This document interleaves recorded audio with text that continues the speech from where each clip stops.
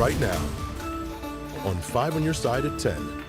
It's hot, it's humid with limited rain chances, but I will time out when we'll see a few showers and thunderstorms over the weekend. Tonight, meet the newest members of the St. Louis County Police Force, why these men and women chose to put on the badge. Plus, city truck drivers turn whistleblowers in St. Louis. The citizens are paying for a service, and it's a service that they're not receiving. Tonight, the 5 on Your Side investigation into concerning claims about the city's recycling and trash collecting. But first, tensions mount at Francis Howell. These policies won't allow students to feel safe enough to express themselves. The contentious debate: should teachers and students discuss gender identity in the classroom? Good evening, I'm Mike Bush. Kelly Jackson has the night off. Just an hour ago, the Francis Howell School Board meeting adjourned, capping off a night of intense debate and discussion. The proposed policies didn't just fill the boardroom, they sparked protests before the meeting even began. 5 on Your Side's Laura Barczewski is live in O'Fallon, Missouri tonight with the school's opposing views. Laura.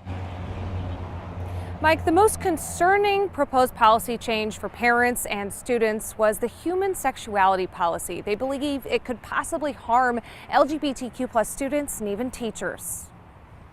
Several proposed policy and regulation changes brought roughly 100 parents, students, and community members to the Francis Howell School Board meeting. Student Harper Schneider says one thing she doesn't agree with is a new library policy. They're having the proposed new policies are basically going to allow someone that is not that student's parent to regulate what kind of books they're reading. One woman spoke in support of changes to electioneering policies, not allowing campaigning during board meetings, which happened during the last election. Not only is this a gross misuse of a board position, but allowing actions like this to occur only creates more division within our community.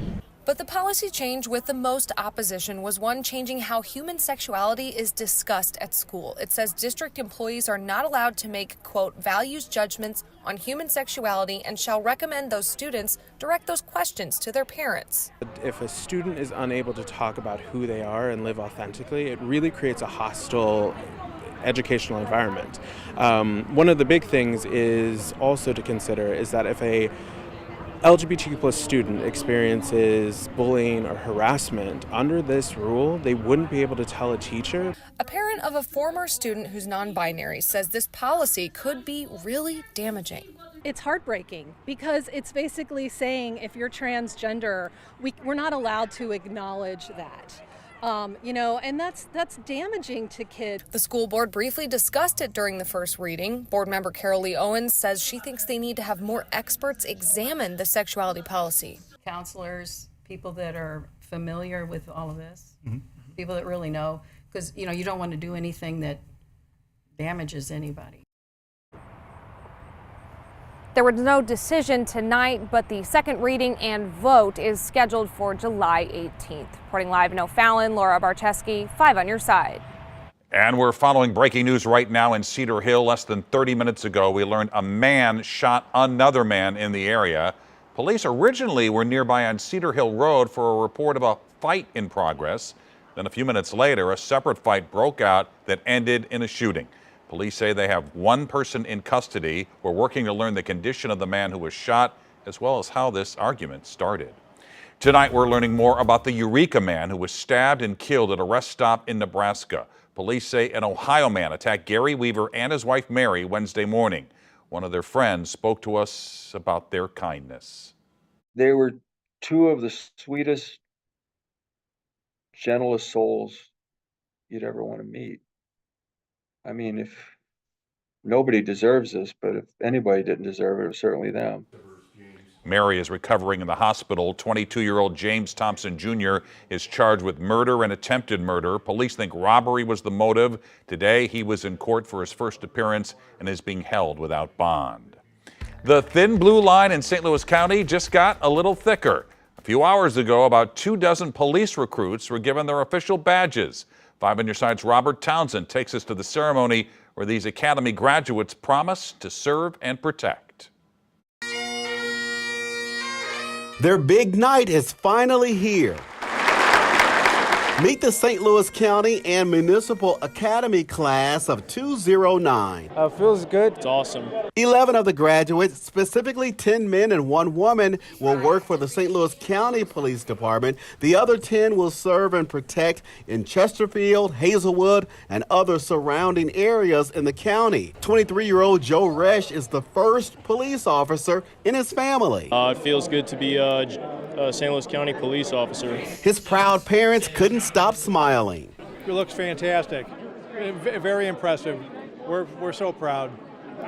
He's worked really, really hard. It feels like a dream come true. It's something that I've always wanted to be a part of. Jalen Valentine is also thrilled to put on his badge and follow in his father's footsteps. His dad, St. Louis County Detective Antonio Valentine, served on the force for more than a decade before he was killed in 2021 when a stolen car plowed into him during a head-on crash. I'm ready to jump right into my field, and this is what I choose. This night, a time to honor, support, and celebrate this courageous class as they embark upon their law enforcement careers. They will work alongside the County Police Department's current 956 officers. After 6 months of intense training, determination, and commitment, you bet the new police officers are ready to hit the streets, some as early as this weekend. We need officers out there. Robert Townsend. Congratulations. 5 on your side. Tonight's graduation ceremony was dedicated in memory of St. Louis County Police Officer James Mitch Ellis. The off-duty officer was killed in a head-on crash in 2019. Tonight, a step forward in selecting what to do with the land along South Kings Highway. From Kings Highway at 64 to Christie Boulevard, city planners need your help to decide its future. Tonight in South City, residents attended a workshop to discuss how to revamp the area through the Strategic Land Use Plan. Based off responses so far, the most common request is to find ways to make St. Louisans not so dependent on cars. Some of the big ideas in the plan are about taking every chance we can to make St. Louis a more walkable, vibrant place. Another common goal is to create easy access to the things people need day to day. You can weigh in online at slup-stl.com. This project is supposed to take 15 to 25 years. Tonight, our I-Team uncovers a startling reality about St. Louis recycling. Senior investigative reporter Paula Vassan speaks with a city driver who blows the whistle on disturbing practices, challenging the city's eco-friendly claims. To protect this whistleblower, we've disguised their voice. What they reveal may change how you see that blue bin at the curb. This is a risk for you to do this interview right now. Why are you doing this? So I want the citizens to know what's going on in their neighborhood. Something isn't right. In a months-long investigation, the I-Team has delved into recycling practices in St. Louis. Drivers tell us the city is cutting corners. The city has us mixing recycle and trash, and they're always all together at times. Blue dumpster. Viewers have been sending us video evidence. Frankly, just kind of sad. We witnessed it ourselves. And this is done on a daily basis. It's mainly done on north side routes. This driver says it happens in about half the city, mainly in lower income areas. They assume that certain neighborhoods don't recycle. The city employs 4 workers to inspect alley recycling bins before collection. If bins contain too many incorrect items, city officials tell us they're labeled contaminated. These workers then instruct drivers to dispose of recycling as trash. But this whistleblower says those workers are often not even looking inside to check. How often are you dumping clean recycling into your truck? Every time I'm at work. We will still get written up if we do not follow instructions that we were given. So you're just following directions? Yes. The I-Team requested documents showing the recycling process. Our request filed in April remains unanswered, but through sources, we obtained internal records. Drivers tell us these are their instructions to mix recycling and trash along an entire route. They say this North City route has about 75 bins. Routes should be done the way they're supposed to be done. Instead of driving down routes twice to pick up both recycling and trash separately, drivers tell us they're instructed to go down them once and combine everything, with cameras inside some trucks showing what's dumped inside. They tell us up to around 65% of what they collect daily is recycling done correctly, but it goes into a landfill. They're saving money by treating everything as trash. This practice, according to 3 sources who work in trash collection, has been ongoing for about a year. The city was not available for an interview since drivers have come forward. Pizza, contaminate. The I-Team interviewed the city's Randy Breitenfeld earlier this year. It doesn't take a lot to contaminate a load. He told us the city is forced to not recycle in areas where it's done especially poorly. Items like plastic bags, food waste, even water can contaminate entire truckloads. And the city does not want to pay for recycling if it'll eventually go to a landfill. There are other obstacles too. How is lack of drivers impacting the city's ability to recycle? Well, that doesn't have anything to do with it. It's just that we might not get to your route as scheduled. But drivers tell us it's having a big impact. The citizens are paying for a service, and it's a service that they're not receiving. For now, residents are left questioning the integrity of a system they pay to support.